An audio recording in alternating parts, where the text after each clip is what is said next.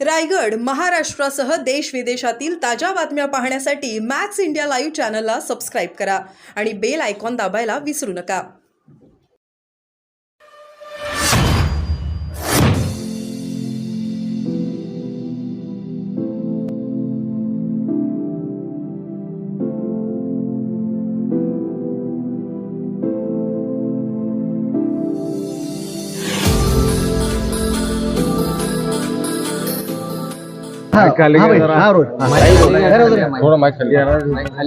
Okay roll. ताई, आज morning वॉकला आलेला आहात, सोलापूरकरांसोबत संवाद साधत आहात. वेगवेगळे पद्धतीने आपण संवाद साधताय. मुद्द्याचं बोलावच्या माध्यमातून आपण रिक्षा चालकांसोबत संवाद साधला. आज मॉर्निंग वॉक मध्ये खरं तर माझं संवाद साधणं हे वर्षभर चालूच असतं. गेली 15 वर्ष मी संवाद साधते लोकांशी. आणि आज मला मॉर्निंग वॉकला इथे सगळ्यांनी बोलवलं. गड्डमजीनी गंजीजीनी ह्या ठिकाणी मला इन्व्हिटेशन दिलं आणि मी सगळ्यांना मला भेटायचा, आशीर्वाद घ्यायचा ची संधी मिळाली. एक युद्ध लढत आहे. ही लढाई फक्त माझी नाही, आपल्या सगळ्यांची आहे, ह्यांची आहे. हे शहरात राहतात, हे त्रस्त आहेत.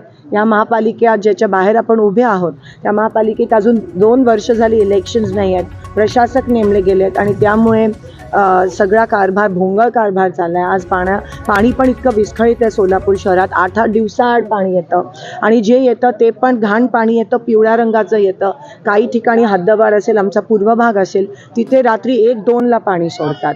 आणि एकंदरीत शहरात पण कोणाकडे बघावं काय. आत्ताच एक गृहस्थ म्हणाले आमची ड्रेनेज लाईन झाली नाही आहे, ते दक्षिण त्या ठिकाणी राहतात. कारण का प्रशासक आहे आणि नगरसेवकच नाही आहेत, निधी नाही आहे, झोनमध्ये कोणी नाही आहे. तर एकंदरीत हे सगळे प्रश्न किंवा सोलापूर शहरातला जो रोजगाराचा जो प्रश्न आहे, विमानसेवेचा प्रश्न आहे, अजून यांचं टेक ऑफ आणि लँडिंग होतच आहे. ज्या घाईगडबडीत ती चिमणी पाडलेली, आपल्याला वाटलेलं की विमान दुसऱ्या दिवशी लँड होईल, पण तेव्हा मी चॅलेंज दिलेला की 6 महिन्यात विमान ह्यांना जमणार नाही आहे. आज 7वा महिना चालू आणि विमान सेवा सोलापुरात सुरू झाली नाही आहे. ही शोकांतिका आहे.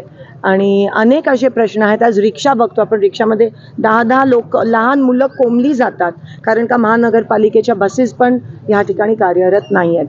तर ह्या सगळे विषय घेऊन मी इलेक्शन लढत आहे. आणि गेले 10 वर्ष जे काही आश्वासनं आपल्याला भाजपकडून मिळालेली, ती काही त्याची पूर्तता होऊ शकली नाही.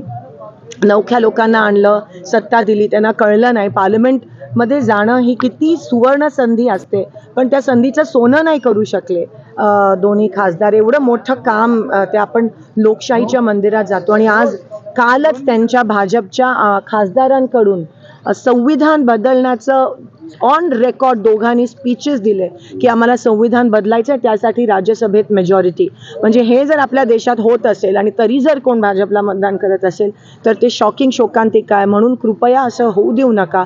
बाबासाहेबांनी दिलेलं संविधान बदलायचं जर कट कारस्थान जर कोण करत असेल तर आपण लोकशाही राहणार नाही यापुढे. आणि तो आपला सगळ्यांचा, म्हणजे शेतकऱ्यांचा त्या ठिकाणी अंततः बघत आहेत. कारण का दुष्काळ परिस्थिती आहे, शेतकऱ्यांना पीक विमा नाही आहे, पाणी नाही आहे. 20 रुपयाच्या चपलावर 150 रुपये 50 रुपयाच्या चपलावर 150 रुपये GST लादली जाते. कांदा मार्केट यार्डमध्ये सडत पडला आहे. तर मला सांगा काय काम केलं मागच्या 10 वर्षात. आणि ज्या थाटामाटात तुम्ही येता आणि सगळ्यात जे पंतप्रधान म्हणतात की प्रत्येकाच्या खात्यात मी 15 लाख जमा करू शकतो, त्यांच्याकडून एवढी कामाची अपेक्षा असते आणि जेव्हा ते काही करत नाही तेव्हा तो घाव खूप जास्त डीप होतो. आणि तेच एकंदरीत कळलं. लोकांचा वापर फक्त सत्तेत आणण्यासाठी केला गेला आहे, पण आता लोक फसणार नाहीत. त्यांचा विश्वासघात केला गेला आहे, पण आता लोक फसणार नाहीत आणि मला असं वाटतं तर लोक योग्य तो निर्णय घेतील. प्रणिती शिंदे या माझ्या मोठ्या भगिनी आहेत, अशा बंधू राम सातपुते यांनी केलेला आहे. त्यांच्यावरती त्यांना घाबरायची गरज नाही. काही दिवसापूर्वी आपण म्हटलं होतं की चारित्र्य हनन करण्या पद्धतीचं हे तुम्ही बघा, नेहमी जेव्हा भाजपचे उमेदवार कुठेही असतात ते नेहमी जो मुद्दा आहे त्या मुद्दा न घेता वळून डायव्हर्ट करून दुसऱ्या मुद्दे आणून लोकांना प्रवृत्त करण्याचा प्रयत्न करत असतात. आमची सोलापूरची लोक ही सुज्ञ आहेत, हुशार आहेत.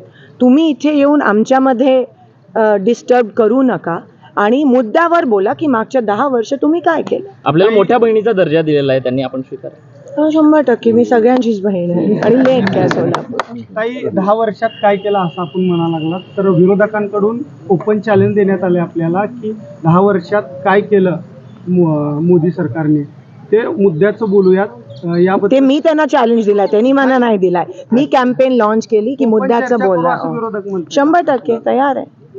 कधी देताय तारीख? तुम्ही द्या वेळ आपण त्यांच्यापर्यंत. मी इकडचीच आहे. मी अवेलेबल आहे 24/7. चॅलेंज स्वीकारताय? थँक्यू. Why not? मी आधीपासून मी निवडणुकीला उभी राहिली तो चॅलेंज स्वीकारला.